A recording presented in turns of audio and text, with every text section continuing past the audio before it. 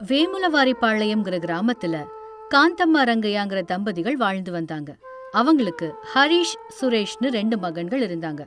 சின்ன வயசுல இருந்தே 2 பேருமே ஒரே வீட்டுல வளர்ந்தாலும் 2 பேரோட எண்ணங்களும் குணங்களும் ரொம்பவும் வேறு வேறானது. ஆனா வெளியில பாக்கிறதுக்கு மட்டும் 2 பேரும் ஒற்றுமையா இருப்பாங்க. ஒரு நாள் மரத்தடியில உட்கார்ந்து சில பேர் பேசிட்டு இருந்தாங்க. நேத்து நம்ம சொந்தக்காரன் ஒருத்தன் வீட்டு கல்யாணத்துக்கு போயிருந்தனா அங்க ஒரு பெரிய சம்பவமே நடந்துச்சு. அப்படி என்னாச்சு என்ன? அந்த சம்பவத்தை பார்த்ததுக்கு அப்புறம் இந்த காலத்து பிள்ளைங்க மேல எனக்கு பெரிய வெறுப்பே வந்துருச்சு. சும்மா எங்களை பயமுறுத்தாம என்ன நடந்துச்சுன்னு சொல்லுங்க அண்ணே. வேற ஒண்ணும் இல்ல தம்பி, 2 அண்ணனுங்க இருக்கானுங்க பொண்ணுக்கு. ஆனா மணமகனோட கால யாரோ 3வது ஆள் வந்து கழுவுனான். அங்க ஆரம்பிச்சது நிஜமான பிரச்சனை. அது ஏன் அப்படி? அந்த அண்ணனுங்க அங்க இல்லையா? தங்கச்சி கல்யாணத்துக்கு அண்ணனுங்க வரல. ஏன்னு கேட்டா 2 பேருக்கும் சண்டையாம். ஏதோ சம்பாத்தியம் பண்றேங்கிற பேர்ல அப்பாவோட உறவையே அறுத்துட்டு போயிட்டாங்களாம். அங்க நடந்த கதையை சொல்லிட்டு இருக்கும்போது அந்த வழியா போன சில முதியவர்களும் பெண்களும் இத கேட்டுட்டு அந்த அரச மரத்தடிக்கு வந்தாங்க.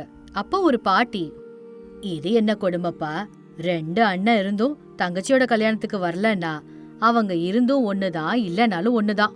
அதான பாட்டி, நீ சொல்றது சரிதான். அதான் எனக்கு அங்க இருக்க பிடிக்காம நான் கிளம்பி வந்துட்டேன். இந்த காலத்து பிள்ளைங்க இப்படியா இருப்பாங்கன்னு ஒரே சலிப்பா இருக்கு. கலிகாலம். அழகா நம்மெல்லாம் கூட்டு குடும்பமா எவ்வளவு நல்லா வாழ்ந்துட்டு இருந்தோம் இல்ல? ஆமா பிள்ளைங்களா, எங்க காலத்துல இன்னும் ஒற்றுமையா வாழ்ந்துட்டு இருந்தோம்.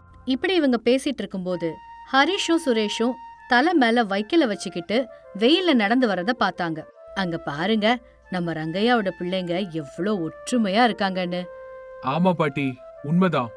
கிராம மக்கள் அவங்க 2 பேரையும் புகழ்ந்து பேசிட்டு இருந்தாங்க. ஆனா வீட்ல உள்ள நிலைமை பெத்தவங்களுக்கு தெரியும்ல. ஏங்க, நம்ம பசங்க 2 பேருக்கும் கல்யாணம் செஞ்சு வச்சுட்டோம்னா நம்ம பொறுப்பு தீந்துரும். ஆமா காந்தம், நான் கூட அத பத்தி தான் யோசிச்சுட்டு இருக்கேன். அங்க பாருங்க, பேசிக்கிட்டே 2 பேரும் வீட்டுக்கு வந்துட்டாங்க. அவங்களே கூப்பிட்டு கேப்போம். என்னப்பா, இன்னைக்கு வேலையெல்லாம் எப்படி நடந்துச்சு? அப்பாப்பா, என்ன வேலையோ என்னவோ, இவ்வளவு படிச்சிருந்தும் இந்த கிராமத்திலேயே முடங்கி கிடக்க வேண்டியதா இருக்கு. எனக்கு இது சுத்தமா பிடிக்கவே இல்ல. என்னடா இப்படி சொல்லிட்ட? பின்ன என்னப்பா, இந்த வெயில்ல வேலை செய்யறதெல்லாம் என்னால முடியாது. நிம்மதியா ஏசில உட்காந்து கம்ப்யூட்டர் வேலை செஞ்சுட்டு ஒரு பெரிய பங்களா கட்டிட்டு சுகமா வாழ்றதுதான் வாழ்க்கை. இங்க இதெல்லாம் ஒரு வாழ்க்கையா? தம்பி, நம்ம படிச்ச படிப்புக்கு இவ்வளோ பெரிய ஆசையெல்லாம் படக்கூடாதுடா. சரி, கம்ப்யூட்டர் வேலை இல்லாம போகுது, ஒரு நல்ல வீடாவது கட்டிக்கலாம் இல்லையா? அது சரி, ஆனா நம்ம தகுதிக்கு ஏத்த மாதிரி தான் வீடு கட்டணும். பெரிய வீடா கட்டுறதெல்லாம் எதுக்கு? நீங்களும் இப்படியே இருந்து என்னையும் உங்கள மாதிரி ஏழையாவே வச்சிருக்கீங்க.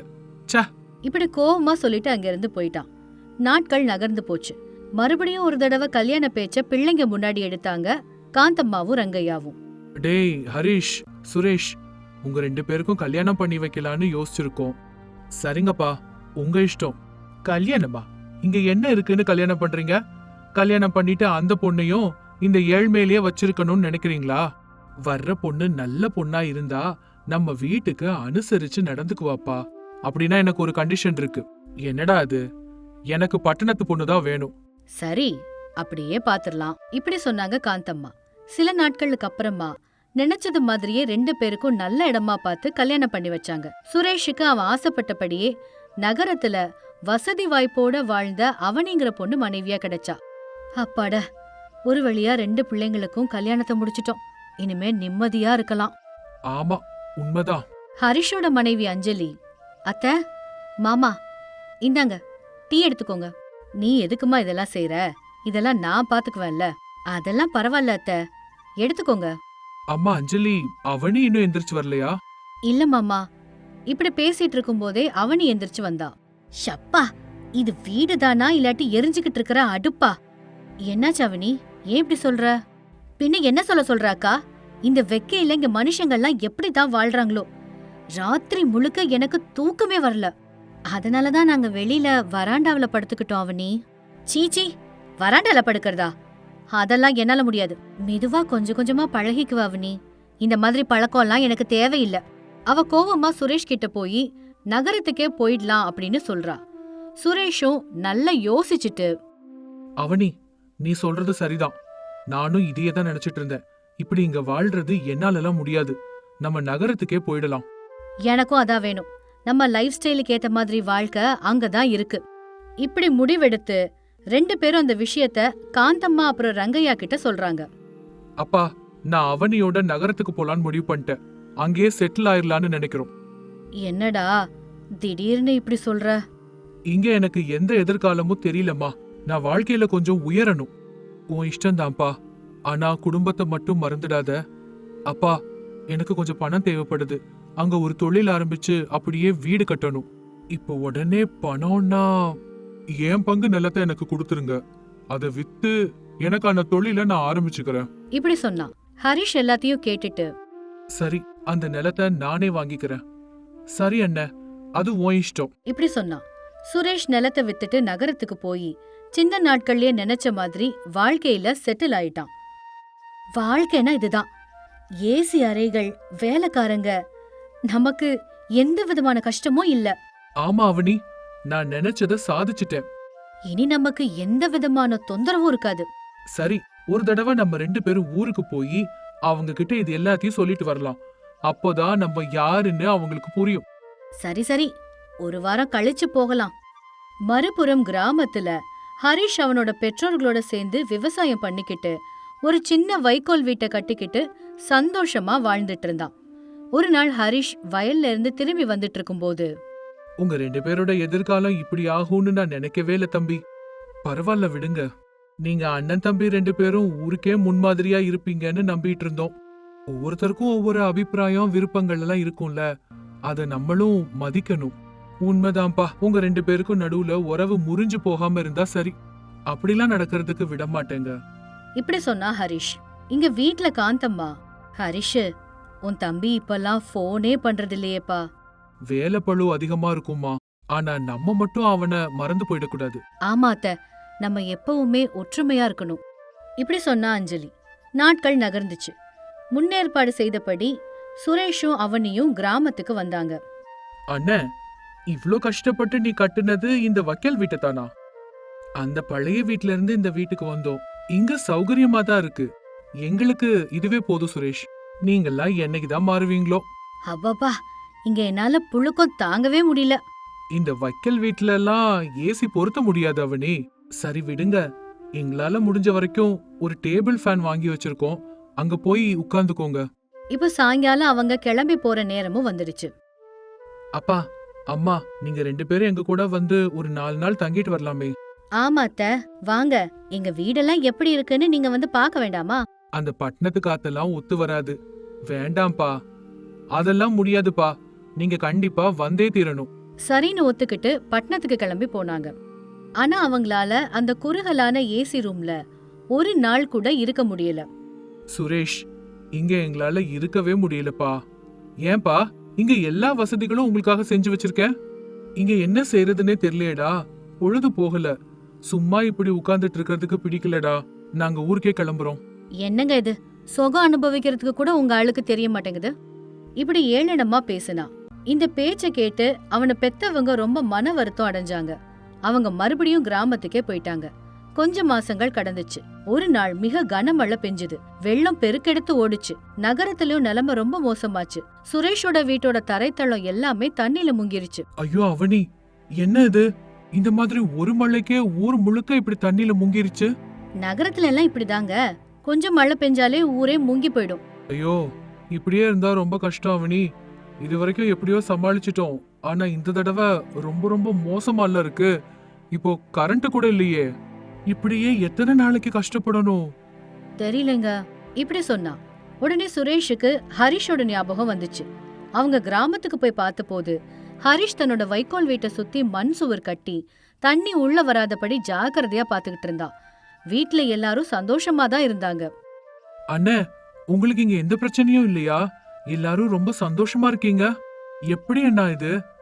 இயற்கை எப்போ எப்படி இருக்கும்னு சின்ன வயசுல இருந்தே நம்ம பாத்துட்டு இருக்கோம்ல. அதனாலதான் முன்னெச்சரிக்கையா தேவையானதெல்லாம் செஞ்சுக்கிட்டேன். என்கிட்ட அவ்வளோ பணம் இருந்தும் இப்படி ஒரு சூழ்நிலைய சமாளிக்கிறதுக்கு நான் தயாரா இல்ல. ஆமா மாமா, அங்க வீட்டுக்குள்ள தண்ணி வந்துருச்சு. ரொம்ப கஷ்டமா இருந்ததுனால இங்க வந்துட்டோம். நல்ல வேலை செஞ்சிருக்கீங்க. பணம் இருந்தா எல்லாம் இருக்குன்னு அர்த்தம் கிடையாது தம்பி. வாழ்க்கை கற்றுக் கொடுக்கிற அனுபவங்கள் ரொம்ப முக்கியம்.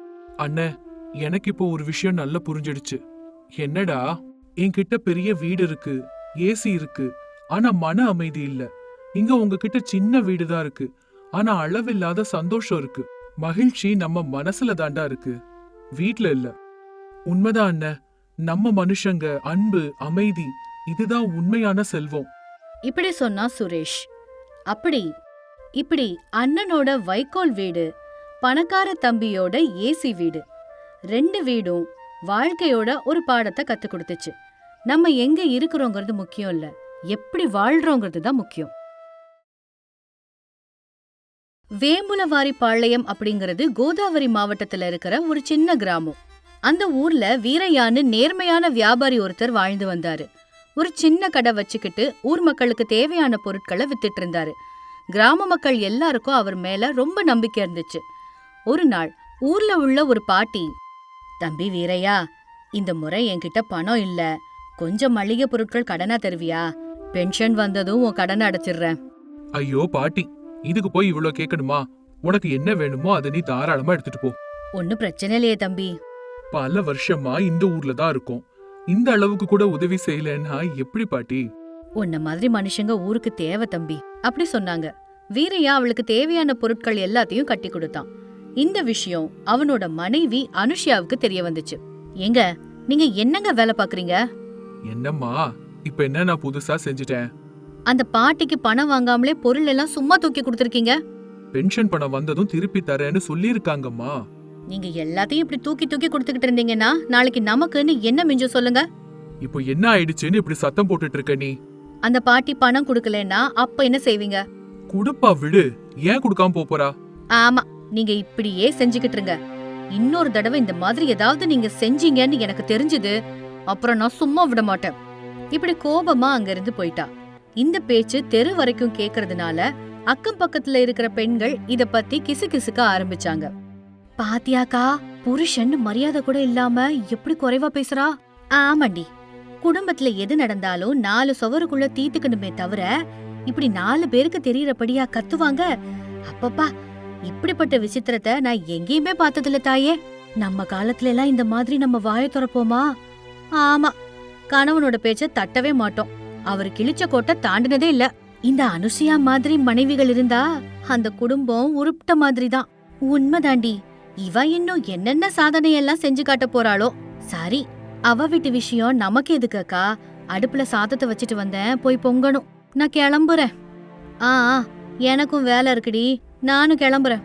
இப்படி ஊர் முழுக்க அனுஷ்யாவை பத்தி பல விதமா பேசிக்கிட்டு தான் இருந்தாங்க. நாட்கள் நகர்ந்துச்சு. ஒரு நாள் அனுஷ்யாவோட தம்பி கிருஷ்ணா அவங்க வீட்டுக்கு வந்தான். அக்கா, எப்படி இருக்க? டேய் தம்பி, எவ்ளோ நாள் ஆயிடுச்சுடா உன்னை பார்த்து. என்னக்கா முகம்லாம் வாடி போய் இருக்கு, என்னாச்சு? என்னத்தடா சொல்றது, உங்க அத்தான் பண்ற வேலையெல்லாம் பார்த்தா எனக்கு என்ன பண்றதுன்னு ஒண்ணும் புரியல. என்னக்கா, என்ன ஆயிடுச்சு? உங்க அத்தா வியாபாரங்கிற பேருல ஊருக்கு தான தர்மம் பண்ணிக்கிட்டு இருக்காரு. இப்படியே பண்ணிக்கிட்டு இருந்தாருன்னா உருப்பிட்ட மாதிரி தான். உண்மைதான் அக்கா, ஊர்ல எல்லாரும் அத்தான் கிட்ட கடன் வாங்கி இருக்கிறதா பேசிக்கிட்டாங்க. ஆமாடா. நீதான் எப்படியாவது அத்தானை மாத்தணும்க்கா. பக்கத்து ஊரு ராயுடு போல பெரிய கடை வச்சு நிறைய பணம் சம்பாதிக்கிற மாதிரி நீதான் பண்ணணும். ஆமாடா தம்பி, இன்னைக்கே உங்க அத்தா கிட்ட 2ல 1 பேசிடணும். இப்படி சொன்னா அனுஷ்யா. அன்னைக்கு ராத்திரியே திட்டமிட்டபடி வீரையா கிட்டையும் பேசுனா. ஏங்க, இந்த சின்ன கடையவே வச்சுக்கிட்டு எத்தனை நாளைக்கு நம்ம இப்படியே இருப்போம்? நமக்கு இப்ப இருக்கிறதே போதுமானது அனுஷ்யா. கடவுள் நமக்குன்னு கொடுத்தத வச்சுக்கிட்டு சந்தோஷமா இருக்கணும். நீங்க இப்படியே இருங்க, நம்ம முன்னேறவே முடியாது. பக்கத்து ஊரு ராய்டுவ பாருங்க, எங்க ஆரம்பிச்சு இன்னைக்கு எங்க போயிருக்காருன்னு. ஒவ்வொருத்தருக்கும் ஒவ்வொரு விதி இருக்கும். உனக்கு என்ன வேணுமோ அது இல்லன்னு சொல்லாம வாங்கி கொடுக்கறேன் தானே, இன்னும் வேற என்ன வேணும்? நமக்கு நிறைய பணம் சம்பாதிக்கணுங்க. இப்படி சத்தமா சொல்லிட்டு அங்க இருந்து போயிட்டா. வீரையாக்கு என்ன செய்யறதுனே புரியல. 2 பேருக்கு நடுவுல பேச்சுவார்த்தை குறைஞ்சு போச்சு. இந்த விஷயம் ஊர் முழுக்க தெரிஞ்சது. ஒரு நாள் ஊர்ல திருவிழா நடந்துச்சு. அப்போ திருவிழாவின் போது, டேய் சுப்புராஜு, உனக்கு இந்த விஷயம் தெரியுமாடா? எதை பத்திடா சொல்லிட்டு இருக்க? நம்ம வீரையாவோட மனைவி கோபக்காரின்னு தெரியும், ஆனாலும் இவ்ளோ பெரிய காரியம் செய்வான்னு நான் நினைக்கல. இப்படி இவங்க பேசிக்கிட்டு இருக்கும் போதே அந்த வார்த்தைகள் அந்த பக்கம் போயிட்டு இருந்த பெண்களோட காதுல விழுந்துச்சு. உடனே, சுப்புராஜண்ணா, என்னது? வீரையாவோட மனைவிய பத்தி ஏதோ பேசிக்கிட்டு இருந்தீங்களே, என்ன ஆச்சு? மறுபடியும் அந்த மகராசி என்ன சாதனை செஞ்சாலோ? அதுவா, வேற ஒண்ணும் இல்ல. வீரையாவ பெரிய கடையா வைக்க சொல்லி நச்சரிச்சுக்கிட்டே இருக்காளாம். இதனால அவங்க 2 பேருக்கும் இடையில சண்டையாம். புருஷன் பொண்டாட்டி 2 பேரும் இப்போ பேசிக்கிறது கூட இல்லையாம். அம்மாடி, இவ்ளோ பெரிய வேலை பண்றாளா? இந்த அனுஷ்யாவோட அட்டகாசம் நாளுக்கு நாள் அதிகமாயிட்டே தான் போகுது. அப்படி ஊரெல்லாம் இத பத்தியே தான் பேசிட்டு இருந்துச்சு.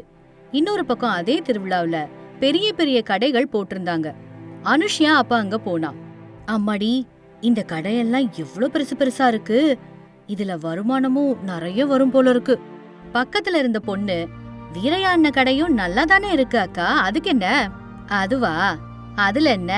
அது சின்னதா ஒரு குடிசை மாதிரி இருக்கு. அப்படிலாம் இல்லக்கா, எல்லா பொருட்களும் நல்ல நேர்த்தியா அடுக்கி வச்சுதான் இருக்கும். ஆமா, உங்க எல்லாருக்கும் சும்மாவே எல்லாத்தையும் அள்ளி கொடுக்கறாருல்ல, அதனால உங்க எல்லாருக்கும் அப்படித்தான் இருக்கும். அப்படி சொல்லிட்டு கோவமா அங்க இருந்து போயிட்டா. அன்னைக்கு சாயங்காலம் மறுபடியும் வீரையா கிட்ட வந்து, நான் ஒரு முடிவுக்கு வந்துட்டேன். நம்ம பெரிய கடையா ஒண்ணு வச்சே ஆகணும். இப்ப அதுக்கெல்லாம் என்கிட்ட பணம் இல்லம்மா. நீங்க என்ன செய்வீங்களோ எனக்கு தெரியாது. நீங்க கடை வைக்கலன்னா நான் இந்த வீட்டை விட்டு வெளியில போயிடுவேன். இப்போ அவ்ளோ பணம் வேணும்னா கடன் தான் வாங்கணும். வாங்குங்க, நீங்க என்ன வேணாலும் செய்யுங்க. எனக்கு பெரிய கடை இங்க நம்ம வச்சே ஆகணும். பணத்துக்காக மன சாந்திய தொலைக்க கூடாது அனுஷ்யா. இப்படி வீரையா சொல்லியும் அனுஷ்யா அதை பொருட்படுத்தாம அங்க இருந்து போயிட்டா. நாட்கள் நகர்ந்துச்சு. சில நாட்கள்ல அந்த ஊருக்கு லட்சம்மான்னு ஒரு பணக்கார பெண்மணி வந்திருந்தா. அவ எல்லாருக்கும் கடன் கொடுத்துட்டு இருந்தா. இத கேட்டதுமே, அடியே, நம்ம ஊருக்கு யாரோ பெரிய பணக்காரி வந்திருக்காளாமே. ஆமாக்கா, வந்திருக்கா. யாரு எவ்ளோ கேட்டாலும் இல்லன்னு சொல்லாம குடுக்கறா. இப்படி சொல்லவும் அனுஷ்யா வீரையா கிட்ட, நீங்க இப்பவே அந்த லட்சம்மா கிட்ட போயிட்டு கொஞ்சம் பணத்தை கடனா வாங்கிட்டு வாங்க. இப்படி தெரியாதவங்க கிட்ட கடன் வாங்குறதெல்லாம் நல்லது கிடையாது அனுஷ்யா. நீங்க என்ன செய்வீங்களோ எனக்கு தெரியாது. என் பேச்ச கேட்டா நம்ம முன்னேறுவோம். நீ என்ன வேணா சொல்லிக்கோ, என்னால அப்படிலாம் செய்ய முடியாது. இப்படி சொல்லிட்டு அவன் போயிட்டான். இதனால அனுஷ்யா அவளாவே லட்சுமம்மா கிட்ட போய் கடன் வாங்கினான். அங்க போய், லக்ஷ்மியம்மா, எனக்கு கொஞ்சம் பணம் கடனா கொடுக்க முடியுமா? எதுக்கு? பெரிய கடையா வைக்கணும். வட்டி அதிகமா இருக்குமே. பரவாயில்லம்மா, நான் கொடுக்கறேன். இப்படி அனுஷ்யா தன்னோட கணவன் கிட்ட சொல்லாம கடன் வாங்கினான். சில நாட்களுக்கு அப்புறமா வீரையா வீட்டுக்கு வந்து பார்த்த போது பெரிய கடைக்கான சரக்குகள் எல்லாம் வந்து இறங்குச்சு. என்ன இது அனுஷ்யா? நம்ம புது வியாபாரத்துக்கான சரக்குங்க. உன்கிட்ட இதெல்லாம் வாங்குறதுக்கு பணம் எப்படி வந்துச்சு? லக்ஷ்மம்மா கிட்ட இருந்து கடன் வாங்கினேன். அனுஷ்யா, என்ன கேட்காம எதுக்கு இந்த வேலையை செஞ்ச? நான் செஞ்சது நம்மளோட நன்மைக்கு தான். பெரிய கடை வச்சா நமக்கு நிறைய பணம் வரும். ஆனா கடனை பத்தி என்கிட்ட சொல்லாம இப்படி செஞ்சது பெரிய தப்பு. நான் சொன்னா நீங்க ஒத்துக்க மாட்டீங்க. அதனாலதான் நானே முடிவெடுத்தேன். இப்ப நீங்க வியாபாரத்தை நல்லா கவனிச்சுக்கிட்டா போதும். நாட்கள் நகர்ந்துச்சு. வியாபாரம் முதல்ல நல்லாவே போச்சு. ஆனா லட்சம்மா அடிக்கடி வந்து வட்டி கேட்டு தொந்தரவு பண்ணாங்க. அனுஷ்யா, வட்டி பணம் தயாரா இருக்கா இல்லையா? எனக்கு கொஞ்சம் சமயம் கொடுங்க. என்னால காத்திருக்க முடியாது. பணம் கொடுக்கலன்னா இந்த விஷயத்த ஊர் முழுக்க சொல்லிடுவேன். அது குறைஞ்சபட்சம் ஒரு வாரமாவது சமயம் கொடுங்க. சரி, இவ்ளோ கேக்குறேங்கிறதுனால வெறும் 2 நாள் மட்டும் உனக்கு நேரம் தரேன், அவ்வளவுதான். இப்படி சொல்லிட்டு லட்சம்மா அங்கிருந்து போயிட்டாங்க. 2 நாட்கள் கடந்ததும் அனுஷ்யாவால பணத்தை திருப்பி தர முடியல. இதனால லட்சம்மா ஊர் மந்தைக்கு போனாங்க. கிராம மக்களே, இந்த அனுஷ்யா என்கிட்ட பெரிய தொகைய கடனா வாங்கிக்கிட்டு இது வரைக்கும் 1 ரூபா கூட எனக்கு அவ திருப்பி தரல. இப்படி எல்லா விஷயத்தையும் சொன்னா. இது அங்க இருந்தவங்க எல்லாரும் கேட்டு ஆச்சரியப்பட்டாங்க. என்னது, அனுஷ்யா தன்னோட கணவனுக்கு தெரியாம இவ்ளோ பெரிய வேலை செஞ்சாளா? ஆமா, அவதான் எப்பவும் வீரையாவ திட்டிக்கிட்டே தானே இருப்பா. பாவம் வீரையா, அவருக்கு எதுவுமே தெரியாதாமே. நல்லா இருந்த குடும்பத்தை இப்படி 4 பேருக்கு முன்னாடி தெருல வந்து நிறுத்திட்டாளே. அவளோட கோபத்தை பத்தி எல்லாருக்கும் தெரியும் தான், ஆனா இப்படிலாம் செய்வான்னு நினைக்கவே இல்ல. எவ்வளவு அருமையா நடந்த வியாபாரம் இப்படி ஆயிடுச்சே. இப்படி பேசிக்கிட்டே இருந்தாங்க. அனுஷ்யா அவளோட தவற உணர்ந்து மௌனமா நின்னுட்டு இருந்தா. எனக்கு என்னோட பணம் வேணும், இல்லனா இந்த கடைய நான் எனக்குன்னு சொந்தமாக்கிக்குவேன். இப்படி சொல்லவும் அனுஷ்யா ரொம்ப ரொம்ப பயந்து போயிட்டா. ஐயோ, என்னால தானே இந்த நிலைமை வந்துச்சு. இப்ப நான் என்ன செய்ய? வருத்தப்படாத அனுஷ்யா, தப்பு நடந்துருச்சு. ஆனா அத சரி செய்யணும் தான். என்ன மன்னிச்சிடுங்க. உங்க பேச்ச கேட்காம பேராசைப்பட்டு இப்படி பண்ணிட்டேன். சரி சரி, இப்ப நம்ம சேர்ந்து கஷ்டப்பட்டு உழைச்சா இந்த கடனை நம்ம தீர்த்திடலாம். அப்போ அங்க இருந்த கிராம மக்கள் கூட முன்னாடி வந்தாங்க. வீரையா, நீ எப்பவுமே எங்களுக்கு உதவி செஞ்சிருக்க. இப்போ இது எங்க முறை. ஆமா, யாருக்கிட்ட எவ்வளவு இருக்கோ அந்த அளவுக்கு உதவி பண்ணலாம் இப்படி சொல்லி கிராம மக்கள் கொஞ்சம் பணத்தை கொடுத்தாங்க. சரி, ஊரே உங்களுக்கு உதவி செய்யும் போது நானும் கொஞ்சம் வட்டியை தள்ளுபடி செய்யலான் இருக்கேன். நான் பெரிய தப்பு செஞ்சுட்டேன். இனிமே பேராசைப்பட மாட்டேன். உங்க எல்லாருக்கும் என்னோட நன்றிகள் அப்படி சொன்னா அனுஷ்யா. அன்னையில இருந்து அனுஷ்யா தன்னோட கோப குணத்தை விட்டுட்டு வீரையா கூட அமைதியா அவளோட வாழ்க்கைய சந்தோஷமா வாழ ஆரம்பிச்சா.